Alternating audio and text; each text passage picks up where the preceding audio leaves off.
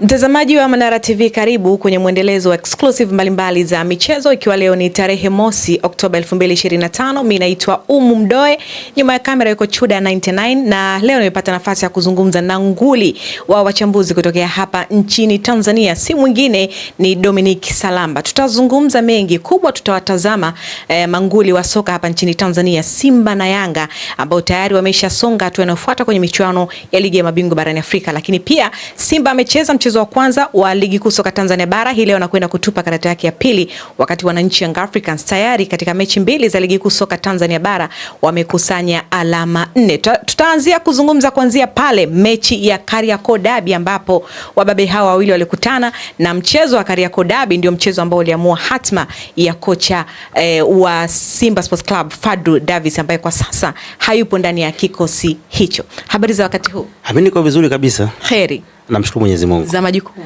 Majukumu ni nzuri. Pole. Asante, akipia karibuni sana. Asante sana. Nimefurahi kuwaona. Tumefurahi pia kufika hapa. Karibuni. Nataka tuzungumze mengi, na kwa kuanza nataka tuanzie nyuma kidogo kwenye mchezo wa ngao ya jamii, mchezo ambao ulikutanisha Simba na Yanga katika uwanja wa Benjamin Mkapa. Lakini baada ya mchezo ule tukashuhudia Fadlu Davis ndoa ikivunjika, ama kibarua kikiota nyasi. Ni kama Simba walikuwa hawajafanya maandalizi ya kuuendea msimu, kwa maana ndio mchezo wa kwanza wa ufunguzi wa ligi baada ya kupoteza mbele ya mtani. Fadlu Davis kaondoshwa. Nafikiri kuondoka kwa Fadlu ilikuwa ni muendelezo wa mazingira yasiyoridhisha ya uendeshaji wa klabu ya Simba, ambao kimsingi binafsi nimekuwa nikiyazungumza muda mrefu, ingawaje wakati mwingine perceptions zinakuwa ziko tofauti. Simba kwa ambavyo saizi wanavyoendesha ni ngumu kuweza kupata mafanikio kwenye kiwanja, lakini pia ni ngumu kuweza kukaa na walimu wa kisasa. Unajua mpira umebadilika sana. Zamani ilikuwa ni rahisi kuwa na mwalimu, vitu vikawa viendi proper, na bado mwalimu akaweza kuvumilia, akakaa na timu ikaenda. Siku hizi walimu wamebadilika sana. Ni watu ambao wanapenda kuona wakiwa wanawajibishwa baada ya wao kupewa nafasi ya kuweza kuwajibika.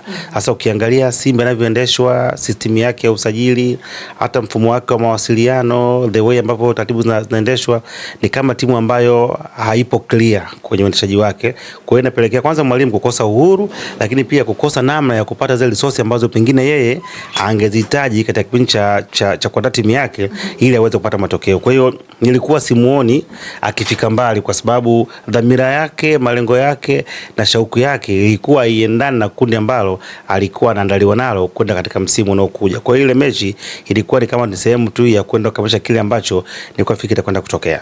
Baada ya pale tuliona Hemedi Suleiman Morocco akikabidhiwa kikosi cha Simba, lakini kuna taarifa pia zinaenea kwamba amedai hawezi kuendelea, kwa maana kuna sintofahamu ambayo inaendelea ndani ya uongozi wa klabu ya Simba. Kipi ambacho kinakosekana kwenye uongozi wa Simba? Nafikiri Simba wanakosa ile flow of informations na utawala wa sheria kwa kugawana majukumu. Kunamaanisha nini? Unajua mpaka leo, kwa mfano kwa majirani zao, ukiwaangalia Yanga saizi. Yanga wana rais wa klabu, wana makamu wa rais, wana mkurugenzi wa ufundi, wana mkurugenzi wa wanachama, wana meneja, wana sabali. Kila mmoja ana role zake ambazo anazozifanya. Leo hii, yani leo ni rahisi kuweza kwenda kuwafanyia tathmini kwenye kila kitengo, ukaona nini wanachokifanya.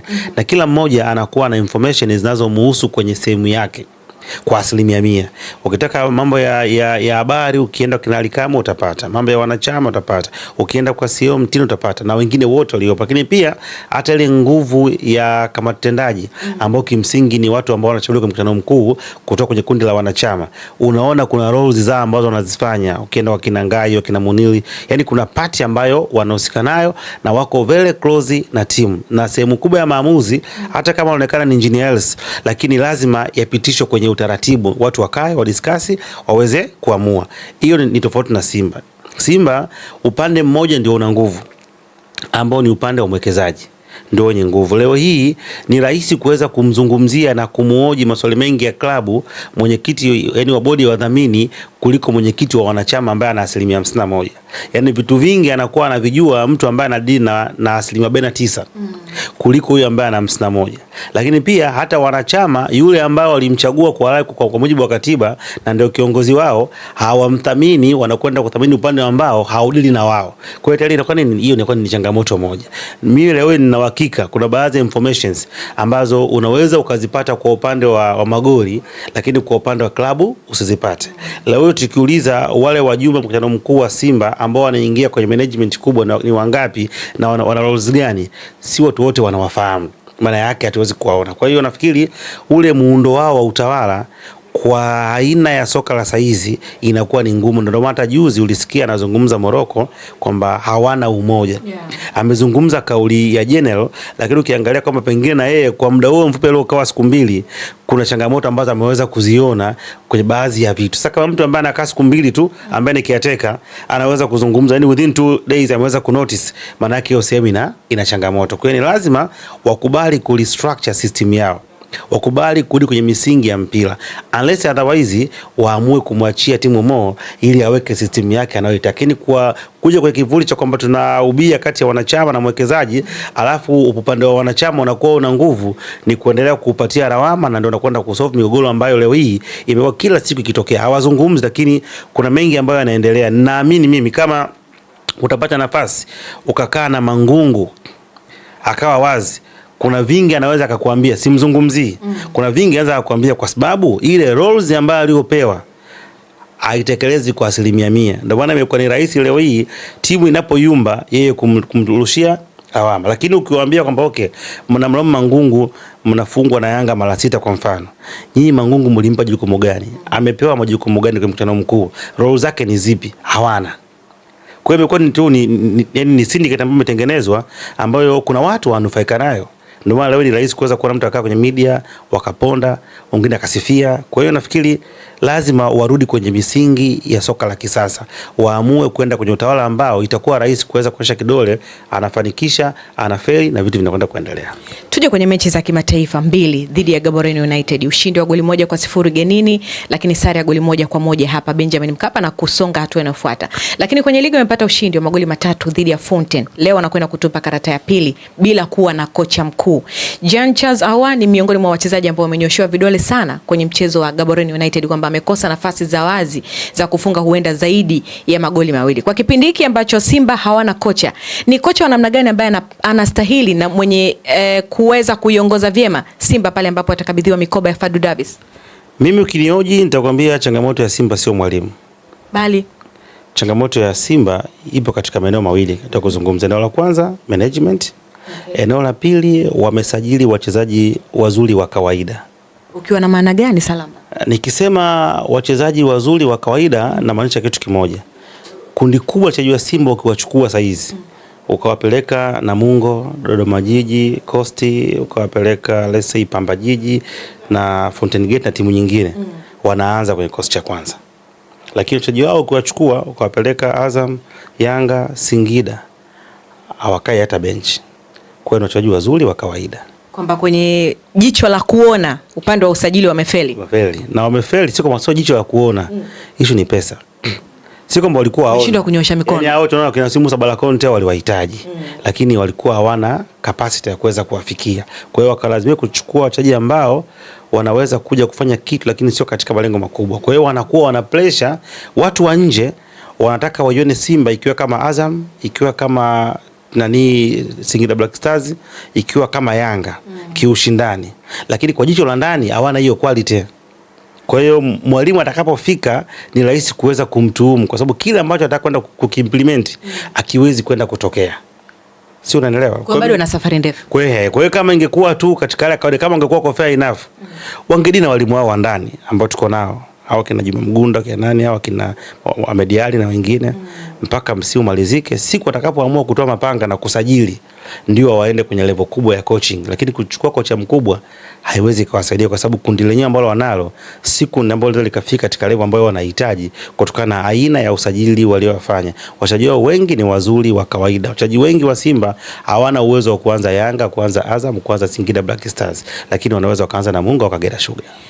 Bwana, tuache Simba kwanza, tuweke nukta, tuje kwa watani Wananchi Young Africans ambapo kwenye mechi za ligi kuu wamecheza mechi mbili. Dhidi ya Pamba ushindi wa magoli 3-0, lakini jana dhidi ya Mbeya City mchezo ambao umezua taharuki mpaka sasa hivi kwenye mitandao mbalimbali ya kijamii baada ya Yanga kupata sare. Romain Folz alianza kunyoshewa vidole tangu kwenye michezo ya ligi ya mabingwa barani Afrika, wakisema kwamba hastahili kuendelea kusimama kwenye benchi la ufundi la Yanga Afrika. Ametoka kushinda, ametoa sare, kituo kinachofuata huenda akapoteza. Kwako unamzungumziaje Folz na ni wakati sahihi kweli wa yeye kuondoka pale Yanga? Kwanza nitamzungumzia sio kureflect mechi ya Mbeya City kwa sababu Mbeya City Yanga nafikiri ana miaka karibia 7 hajashinda pale. Mara mwisho alishinda magoli 2-1 akapata draw ya jana ya 6. Kwa hiyo amekuwa akistruggle kupata matokeo. Kwa hiyo ukimhukumu kwa sare ya jana itakuwa unamtendea kwa sababu hata wakina Nabi na wengine pale walistruggle matokeo ya kupata. Ila mimi nitamzungumzia nikiangalia trending yake toka amekuja mechi ya kwanza ambayo ilikuwa ni ya wazi, mechi ya Rayon Sports ambayo tuliangalia, baadaye mechi ya Bandari tukaangalia, ikaja mechi ya Simba, ikaja mechi ya Pamba, ikaja mechi za Angola zile mbili, na jana imekuwa mechi nyingine ambayo nimeweza kukaa na kuweza kukamilisha tathmini yangu. Mimi binafsi namuona ni mwalimu mzuri, lakini ni mwalimu mzuri ambaye hawezi kufiti kwenye Yanga. Yaani Yanga ni kubwa kuliko kile ambacho yeye anacho.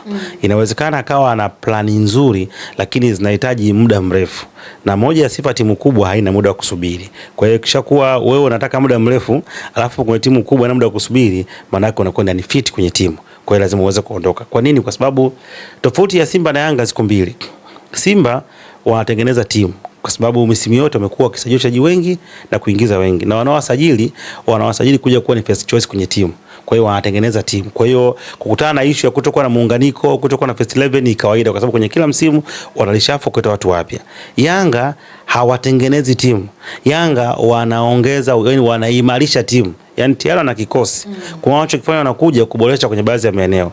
Leo hii ukiangalia Yanga ya msimu unaokwenda kuanza, ukiachana na hao wageni, timu tu yenyewe ambao wanayo wanajimudu. Chukulia Diara golini, chukulia 2 Mwenda, 3 Boka, 4 Baka, 5 Jobu, 6 mweke Andambwile, mweke na Duke Abuye, mweke Maxi, mweke Mudathiri, mweke Pakome, mweke Mzize, mweke Dube. Tayari timu inakuwa imekamilika first 11, na timu hiyo unaweza ukacheza na timu yoyote ya ndani na ukapata matokeo na bado ukawania ubingwa. Lakini inakuja changamoto ukitaka kwenda kutransform kwenye michuano ya kimataifa. Ndio akasema hapana, sasa ili kundi tunalo, wanaweza kutupatia ubingwa ndani hata kwa misimu 7. Lakini je, tunaweza tukafika kwenye nusu finali ya bingwa barani Afrika au finali? Kuna maeneo ya changamoto. Kwa nini tunaangalia? Boka ni mlinzi mzuri, lakini timu ikiwa inakwenda kwa match more offensive, anakosa option, anakosa utulivu. Unamchukua Madi Hussein, unakuja unamuongeza pale kwenda kwa mbadala aweze kwenda kuadi kitu. Eneo la katikati tuna Baka, tuna Jobu, tuna Mwamnyeto. Ikitokea mwingine ameumia hapa, je, Mwamnyeto na Baka wanakaa? Baka kidogo ana madhaifu. Unamchukua Frank Yasink, unamuingiza kwenye timu. Aje kutengeneza kitu kiongezeke. Kwenye kiungo tuna Ndambwile, tuna Duke Abuya. Ikitokea kuna shida, Musa Balakonte anakuja anacheza, Lasan Koma unamtumia. Mzize akipata shida, unamchukua kuwa unamweka. Maxi na Mudathiri haya, kuna changamoto, unamchukua Dumbia unamweka. Na niko pande wa Dube unamuingiza Endboyle. Kwa hiyo wote ni wachezaji ambao ukija ku plus na Edmund John pamoja na Chikola. Kwa hiyo ni watu ambao sio lazima waje kuanza. Unaweza ukawatumia kwenye baadhi ya mahitaji. Kwa hiyo sio timu ambayo inakuja kuanza upya. Lakini leo hii Yanga haina first 11. Maana yake ndio wenyewe wanaingia kwenye dili la Simba la kwenda kutengeneza timu ambayo tayari ilikuwepo. Kwa hiyo kwa scenario hiyo tu hakuna mwalimu mmoja. Ni kama Yanga walikosea kuchanga karata zao kwenye kumuona Romain Folz kumkabidhi kikosi, lakini haya ambayo yanaendelea kwa upande wa Yanga na Simba yanaongezea pressure kwa maana ndio kwanza tumeuanza msimu. Unajua wakati mambo ya kusajili haya wakati mwingine ni kama kamari. Ni kama ni betting tu, kwa maana kwamba unaweza ukawa na mtu ambaye umemwona sehemu nyingine akiwa ana vitu vizuri akaja kwako akashindwa kudeliver. Na kuna fakta nyingi, mazingira, muda. Nikasema kwamba huyu mwalimu kinachomkosi ni muda. Yaani ukikaa ukimwangalia kwa jicho la mbali ana vitu vingi vizuri, lakini wakati hauko pande wake. Na hizi timu zina pressure. Angekuwa kama timu kama Azam, kama sweet timu gani, sweet labda Namungo wapi, angeweza kuadapt kwa sababu pressure sio kubwa. Kwa hiyo nilichokiona ni kwamba yani mbinu zake na wakati uliopo na changamoto nyingine, Yanga sasa hizi wanapambana wao kwa wao.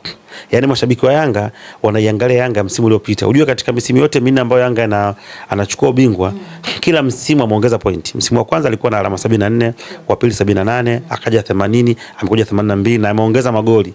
Msimu amefunga magoli mengi kuliko point. Maana yake ni kwamba shabiki wa Yanga sasa hizi anatazamia msimu huu unaoanza aende kwenye alama 88, apate magoli mengi. Kwa hiyo tayari kuna standard ambayo walishaiset.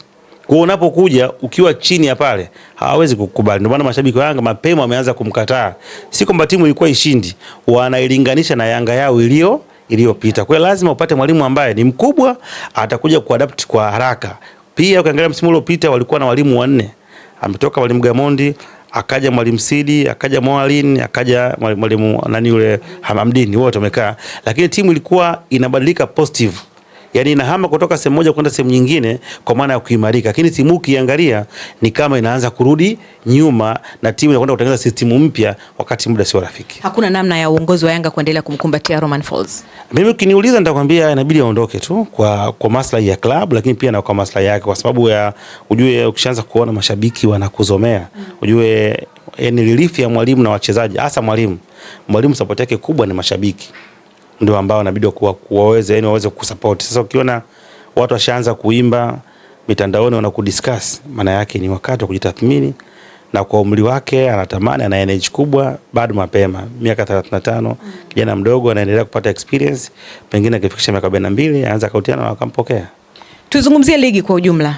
Vilabu vinne vyote ambavyo vinashiriki michuano ya kimataifa vyote vimefanya vizuri, lakini Singida na Azam kwenye ligi kuu pia wamefanya vyema kwenye mechi ambazo tayari wameshacheza. Ibenge yupo pale, Miguel Gamondi yupo Singida. Tutaraji kuona mabadiliko hasa katika eneo la ubingwa? Nafikiri kwanza katika hizi hatua za awali watu ambao wamekutana na shughuli ngumu ni Singida na Azam. Ndio unaweza kusema pengine kuna kitu wamekiongeza. Lakini kwa Simba na Yanga ilikuwa ni lazima waweze kupita kutokana na aina timu ambazo wamekutana nazo, kipio compare na uwekezaji wao na experience ambayo wako nayo. Lakini kwa upande wa Azam na Singida, issue sio tu pengine Gamondi na Ibenge. Issue lazima iende kwenye wenyewe ambao kama klabu zinaweza kwenda kubadilisha mentality. Mimi sijawahi kuona siku Azam wamekuwa na mwalimu mbaya. Ni miongoni mwa timu ambayo inasajili vizuri sana miaka yote, inachukua walimu wenye profile kubwa. Hata ile kocha Abdalla Ausi aliondoka, ni among of the biggest coach in Africa.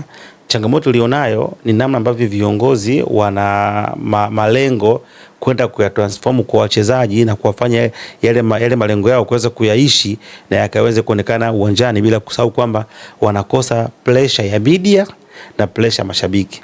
Leo hii Yanga na Simba wanapata kasi kwa sababu ya hizi media. Leo tunazungumza Simba na Yanga. Nafanya interview karibia 15 ni Simba na Yanga. Kwa hiyo pressure inaenda kwa viongozi, kwa nani, kwa wakati mwingine na wenyewe wanashusha kwa wachezaji, lakini Azam pressure hiyo hakuna. Azam hapa angekuwa amefungwa na wale wa Mereki, nobody cares. Pengine usingeona interview yote ya kuzungumzia Azam kwa nini ameshindwa. Kwa hiyo wanakutana changamoto nyingi. Kwa cha msingi lazima watengeneze internal pushing factor ya wao wenyewe sasa, kwamba tumekosa aspect ya mashabiki, tumekosa aspect ya media kwa sehemu kubwa. Kwa kama management tutengeneze namna ambayo tuna working tools ambayo tukienda kuipeleka kwa wachezaji matokeo yakapatikane. Hiyo ndio kitu pekee, lakini kwa maana sui Ibenge peke yake, sababu hata ukiangalia Azam inavyocheza bado sio ile. Yaani kuna kitu nakikosa.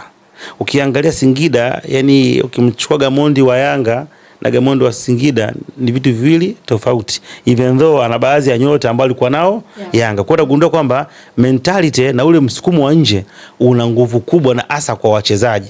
Jana Yanga anapoteza matokeo, lakini unaona wachezaji wanavyopambana wao wenyewe walau kupata alama, kwa sababu wanajua kwamba matokeo kukosekana haitakuwa tu pressure kwa mwalimu, lakini siku yote pia itakuwa ni pressure kubwa. Kwa hiyo nafikiri hivyo vitu viwili ndio vinafanya Azam na Singida wakati mwingine kuweza kushindwa kufikia mbali. Kwa upande wa Simba na Yanga nafikiri tutegemee kuona kwenye hatua ya makundi kwa urahisi, kwa sababu njia zao wote wawili hawana njia ngumu.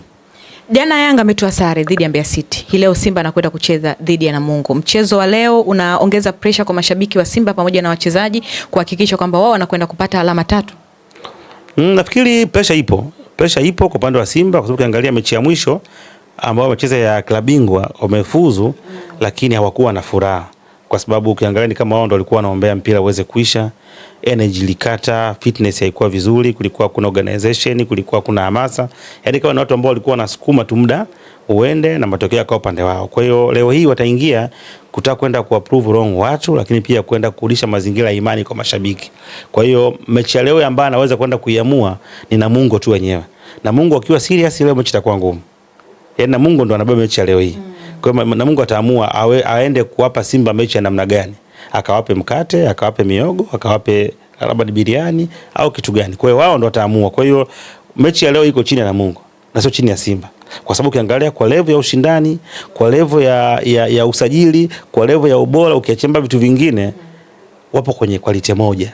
Utofauti ni mdogo sana, nilikwambia ni mdogo sana. Kwa hiyo hamna utofauti mkubwa kati ya Simba na Namungo kwenye kiwanja. Utofauti upo kwenye pressure ya nje huko na vitu vingine, lakini kiwanjani wakiamua mechi itakuwa ni nzuri.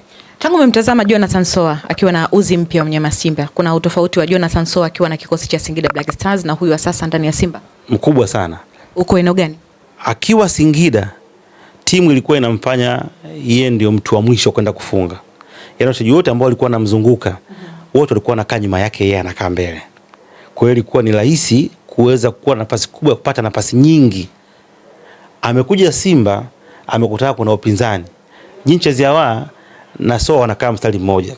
Yaani Jinche Ziawa naye anataka ufungaji bora. Naye anataka yaani badala ya kuwa nyuma ya mshambuliaji. Maana itegemea kumuona yeye namba 10 anakaa nyuma. Yeye anatumia mipira ya pili baada ya kuwa kwa mshambuliaji. Lakini hiyo wote wanakaa kwenye mstari mmoja. Na ndio unakuta saa hizi magoli mengi ambayo anafunga anasapotiwa na Soa. Kwa hiyo Soa badala ya kuwa mtu wa mwisho ndo anakuwa yeye ndio ambaye anatoa assist. Kwa hiyo ni vitu viwili. Kwa kuendelea kucheza hivi maana yake watakwenda kumpoteza Soa. Kwa sababu kuna vitu vingine Soa ambavyo Jinchazi anavyo. Vipi? Jinchazi awali tena ametengeza ufalme wa kupiga fouls kwa upande wa Simba. Kwa hiyo ile inaweza kwenda kumuongezea assist, lakini pia zikitokea penalty yeye ndo anaopiga, itakwenda kumuongezea magoli na vitu vingine. Kwa hiyo unapokuta kiungo namba 10 anakuwa na namba kubwa kuliko ya mshambuliaji, automatically inakwenda kudiscourage. Kwa hiyo ni jukumu la mwalimu wa Simba kuhakikisha kwamba anawaambia wale pale mbele kwamba sisi tunakwenda kwenye mechi leo, lakini mtu wetu wa kwanza ambaye anatakiwa afunge ni wewe. Na wewe unatakiwa uwe mchoyo as much as you can. Unless otherwise iwe no option kabisa. Watu wote wanakuwa wanaambiwa. Kwa tunakutengeneza wewe ufunge kwenye kila nafasi, wewe ona goli, usione kusupport.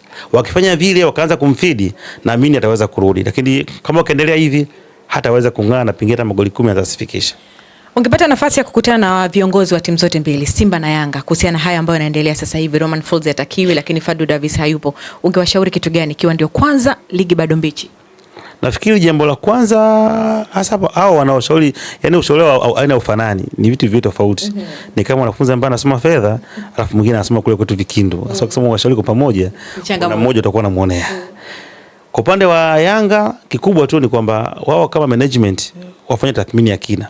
Yani ujue hizi kelele ambazo sisi tunazungumza huku zina nia nyingi. Kuna watu wanataka tu vitu viharibike, kuna watu kweli wanazungumza kitaalamu, kuna watu anapenda tu kutaka followers na vitu vingine. Kwa hiyo zote ni kelele, even kwenye radios na sehemu nyingine. Kwa hiyo na wao wana watu wa ufundi. Kwa hiyo wakae chini, wachukue mawazo yetu na watu wengine, alafu wafanye tathmini ya kina, lakini wakireflect na safari ambayo wanayo. Kwa sababu kuna kumfukuza kocha, kuna kuja mwalimu mpya apate muda kuandaa timu na vitu vingine vingi. Kwa hiyo ni wataalamu kuliko sisi. Wakiona inafaa waamue. Kwa upande wa Simba nafikiri kuna haja ya kutengeneza maridhiano ya kweli ya viongozi.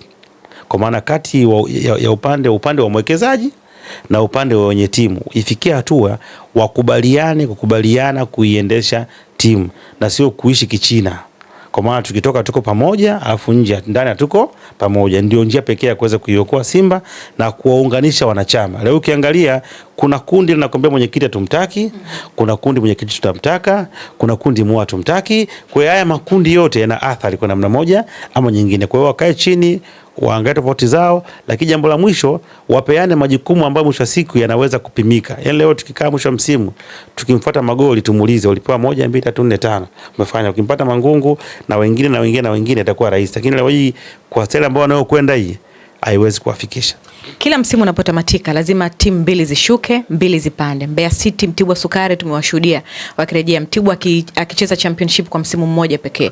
Ana alama 4 katika mechi mbili ambazo amezicheza. Umeziona kitu gani kimeongezeka kutoka championship mpaka sasa kwenye ligi kuu, na pengine tutaraji kuona ushindani kutoka kwao? Nafikiri ambacho nimekiona kwenye namna ya usajili waliofanya. Ujue miaka ya nyuma ilikuwa timu ikipanda ligi kuu inakuja na kundi kubwa wachezaji wengi ambao ni wageni ambao hawajui ligi, na ambacho kiliwakuta hata ile timu ya Mbeya African Gold na timu nyingine ambazo zimepanda. Lakini safari hii utofauti nilioona ni kwamba timu zimepanda mpya lakini zimerudi na wachezaji ambao ni wale kwenye ligi. Ukiangalia jana nilikuwa naangalia Mbeya City walikuwa nyota karibia 8 ambao wana experience na mechi kubwa. Kuanzia kwa Beno Kakolanya golini, unakuja kwa kina Yaya Mbegu, unakuja kina Ame, unakuja kina Ambokile na kina Vitalis na wengine wengi ambao walikuwa nao. Kwa ile nayo inakwenda kufanya timu nyingine, lakini kwenye ushindani unakuwa na watu ambao wana experience na wanaijua ligi. Kwa hiyo ndio tofauti ambayo umeiona kwamba timu zimepanda, lakini tumeona ladha ile NBC imehama kutoka sehemu moja kuhamia kwenye timu ambayo imepanda daraja. Dominic, unataka kutuambia kwamba kwa namna ambavyo Simba na Yanga wanaendelea sasa hivi wanashinda lakini hawachezi vizuri, tutaraji pia kuona pengine Yanga asiwe bingwa ama Simba asishike nafasi ya pili? Hilo gumu kwa Tanzania bado sana. Yaani Simba na Yanga asiwe bingwa. Wewe ile Simba ambayo unaiona tokea miaka 4 hii, alikuwa anatakiwa awe hata nafasi ya 6 huko. Lakini simuona kila msimu yuko nyuma amekaa. Ngumu. Kuna kipindi Yanga ilikuwa mbovu ile Yanga ile ya bakuli. Lakini akitoka Simba anafuata. Hawa ni watu ambao wana fan base kubwa. Yaani ile fan base ile ni kubwa na ile ndio mtaji mkubwa kwenye mpira. Yanga leo akienda Mbeya kama yuko Dar es Salaam. Yanga leo akienda Shinyanga yuko Dar es Salaam. Na hata watu wenyewe wa Shinyanga wa Mbeya wa wapi na wenyewe wanaungana wakipambania timu yao. Kwa hiyo kitu ni silaha tosha na kubwa, lakini pia pressure hata kwa upande wa waamuzi ni kubwa sana na hata watu wengine. Leo hii Azam akienda Mbeya yuko Azam. Unaelewa? Na watu wa Mbeya kama ni wa Simba ni wa Yanga wataungana wote kuwa Mbeya. Kwa hiyo nafikiri bado tujafikia hatua mpaka pale ambako itakuja kupatikana timu ambayo itaamua kuachana na mashabiki na kuwekeza nguvu kubwa kwenye timu. PSG tumeweza kuona haina fan base kubwa sana, lakini iliamua kuwekeza kwenye timu kwa sehemu kubwa. Kwa hiyo ndio ambacho kinatakiwa, lakini kinyume na hapo ni ngumu. Lakini pia hata viongozi wenyewe ambao wako nao kwenye hizi timu, to be honest, ni watu ambao ni wa Simba na Yanga. Yaani mpira wetu hizi Simba na Yanga ni kama imani zetu kwamba utakuwa ni Muslim au Christian. Ni ngumu sana kumwona mtu wa Hindu au si vitu gani madini mengine. Kwa hiyo ni utakuwa Simba, utakuwa Yanga. Kwa hiyo utakuta ni kiongozi wa Singida, ni kiongozi wa Azam na sehemu nyingine, lakini personal na mapenzi na Yanga. Na nikisema na mapenzi na Yanga manake au na Simba, maana yake unaelewa nini kitakachotokea. Siku zote mpira wa miguu sio mchezo safi kiasi hiko. Nadhani inaeleweka, sio dini hizi. Kwa hiyo nayo inaweza kwenda kuchangia kuwa kuna ugumu wa kuweza kupata siku timu nyingine zikidominate, even if viongozi wa shirikisho hili ambalo lilitokea la Simba na Yanga la machinane, ingekuwa ni Yanga na Azam au Simba na Singida, lisingechukua dakika 10. Yaani ingetokea ndo Azam kasusia vile au Singida dakika 10 nyingi na leo tulikuwa tumeshamsahau. Lakini Simba na Yanga liliendelea mpaka yabidi liliingiliwa na mamlaka nyingine ndio lifikie pale. Tukija eneo la waamuzi, Omar Mdoe amekuwa mwamuzi wa kwanza kunyoshewa kidole kwamba ameshindwa kung'amua vizuri sheria 17 za mchezo wa mpira wa miguu kwenye mchezo wa Mbeya City dhidi ya Yanga Afrika kwa tukio la Ibra Baka. Kipi kifanyike mapema tuepushe mambo ya lawama kwa waamuzi? Mimi kwanza niko tofauti. Mimi kwa jana nampongeza yule referee yule Omar Mdoe. Hiyo wakati mwingine sio tunawasema tu, wanasema watu mnakuwa mnagubu. Wakifanya vizuri tuzungumze.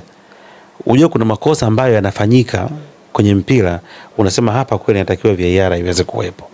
Na kuna makosa yanafanyika unasema ni ujinga tu au ni mtu ameamua kufanya. Tuliona msimu uliopita mtu anaamua tu kuharibu mchezo. Ile instant ya Baka aliyoifanya sio rahisi kuweza kuiona kwa haraka kiasi hiko. Sio rahisi. Ukiangalia ile conjunction, uharaka sio rahisi. Matukio kama yale ndio maana hakuwa na VAR. Maana yake watu wanakuambia hebu kabla hajapigwa kona kitu gani, angalia hilo tukio, kuna kitu kimetokea pale. Kuna tukio lingine litokea la mpira kama ulikuwa umeshikwa, mpira wa kicha. Sio rahisi kwa yengo ambaye kama mwamuzi na katika mazingira yale. Kwa hiyo kuna vitu vingine vikitokea unasema hivi ni vitu vya kimpira na ndio maana ya human errors. Kwa hiyo ukimlaumu hapana. Lakini binafsi yangu nimeona jana kachezesha vizuri sana. Alikuwa na speedi, alikuwa na pia kwa matukio, movement zake zilikuwa nzuri, anakwenda diagonal, anawahi, hakuwa ni mtu mwenye hasira, ametoa kadi kwa utaratibu, aliweza kumanage mchezo. Hakuna mechi ya mpira wa miguu ambayo itaisha isiwe na shida. Ukiona huyo ambaye analalamika sana wakati mwingine ni Simba tu. Sawa, kwamba anajua pengine pale Baka angepata kadi nyekundu, wangepungua, wangefungwa. Au ukiona na mlaumu kuhusu penalty, huyo ni Yanga tu. Kwa pengine tulikuwa tushafeli, pale ingekuwa ni penalty tungeweza kushinda. Kwa hiyo anakuwa na kitu cha ziada cha kuweza kumlaumu mwamuzi. Lakini to be honest, yalikuwa ni makosa ambayo hayakuwa ya 100%. Sisi tunayaona kwa sababu pana marejeo. Mimi mwenyewe nimeona baada ya kurejea. Bila kurejea tungeonaje? Naona ni mtu ambaye alikuwa kwenye TV. Kwa hiyo naamini kwamba naona hata kwenye bench watu hawakushout, hawakuona. Hata kama wale ambao wako uwanjani pale hawakuweza kuona ilikuwa na usaidizi wa ile video na kuweza kumsoma mwamuzi. Kwa binafsi mimi niambia jana mwamuzi wa Mwalimu Mdoe na wenzake na wapatia 90%. Na nimeanza kuona kile ambacho alikuwa amezungumza Karia kwamba msimu anataka kujitahidi. Kwa hiyo isiishie tu kwenye ile mechi. Maana ziwe mechi zote. Makosa hayatakosekana, lakini makosa yawe yale ambayo hata wewe mwenyewe ukiambiwa sema makosa ambayo ni kibinadamu pengine hakuweza kuona. Pengine chochote ambacho sijakuuliza na unatamani kushare na sisi? Hakuna. Mimi nikushukuru. Asante sana. Mtazamaji wa Manara TV, huyu ni mchambuzi nguli wa soka kutokea nchini Tanzania, Dominic Salamba, tukizungumza naye hii leo kuhusiana na mwenendo wa ligi kuu soka Tanzania bara, ikiwa ndio bado mapema, msimu umeanza. Simba akiwa na mechi ya kwanza, mechi ya pili anakwenda kutupa karata leo, lakini wananchi Young Africans tayari wamecheza mechi 2 wakiwa na alama 4, lakini timu 4 zinazotuwakilisha kimataifa zote zimefanya vyema na kusonga mbele kwenye hatua inayofuata. Mimi ni Mdoe, nyuma ya kamera yako Chuda 99. Hii ni Manara TV, endelea kusubscribe, kucomment, kushare pamoja na kulike.